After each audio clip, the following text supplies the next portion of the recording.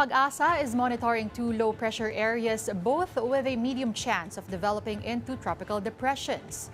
At the same time, the southwest monsoon continues to affect Luzon and the Visayas. And to tell us more, we have Pag-asa weather specialist John Manalo. Good afternoon, John. Hello, magandang hapon po, Miss Denise.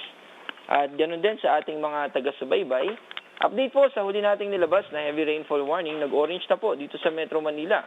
At dito naman sa Zambales at Bataan, naka-red na po. Kasama din yung Pampanga at ilang bahagi ng Tarlac at Bulacan. Ibig po sabihin ng orange ay kailangan na pong mag-take action. Halimbawa po, lalo na kapag nakipag-communicate na po yung ating mga LGU na lumikas o di kaya naman po ay may precautionary na dapat na gawing hakbang, ay sumunod po tayo. Orange naman po sa natitirang bahagi ng Tarlac, yung southern part ng Nueva Ecija ay naka-orange din po. Yung buong Bulacan, again, yung Metro Manila po ay orange, ganun din sa Rizal, and yung northwestern portion ng Cavite at Batangas. At patungkol naman po sa lagay ng low pressure area na minomonitor natin, ay mayroon pong ulit na namuo sa may boundary ng Philippine Area of Responsibility sa labas po ng PAR.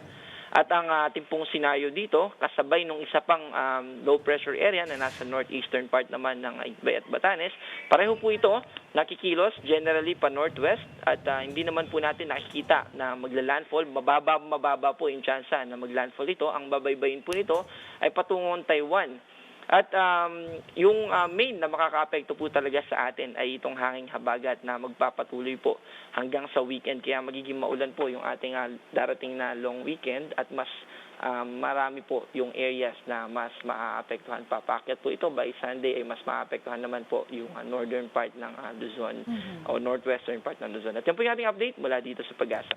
Okay, pero John, I know you mentioned this weekend magiging maulan pa rin, but I guess crossing to next week, pwede ba nating asahan that we will have improved weather conditions o patuloy pa rin yung pag-uulan na dala ng habagat? Mas mababawasan na po yung mga kaulapan, Ma'am Denise, pero nandun pa rin po yung mga tsansa ng mga pag-ulan. Okay, John, ano naman yung mga iba pang weather systems, I guess, na binabantayan natin at paalala siguro, no, dun sa mga kapatid natin that are residing in those landslide-prone areas, pati na rin dun sa mga kapatid natin na namamalaot o yung may mga balak magbiyahe via sea? Opo, bali sa mga, yung tinaas po natin na heavy rainfall warning, doon sa mga naka-red po.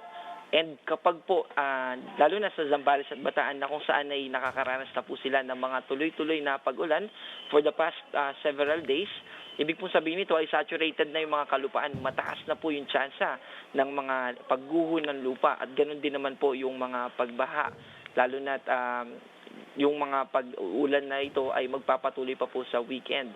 Kaya paalala po na kapag tayo ay babiyahe dahil sa ganitong amount ng pag-ulan, ay may mga posibleng daanan na pansamantala ay magiging hindi po passable. So yung mga ganitong scenarios po dapat ay ma-anticipate, mapaghandaan po natin.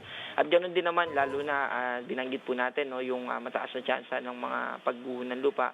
Maging aware po tayo sa kinatitirikan ng ating mga tahanan o bahay natin. At kapag po tayo pinalikas ay maging handa po tayo. At paalala po, yun po yung ating paalala. Sa mga bibiyahe, mag-ingat po, basa po yung lupa. Huwag po nating kalimutan yung ating kapote sa mga nagmamotor at payong naman po sa mga magko-commute. Alright, thank you very much. Again, that was Pag-asa weather specialist John Manalo.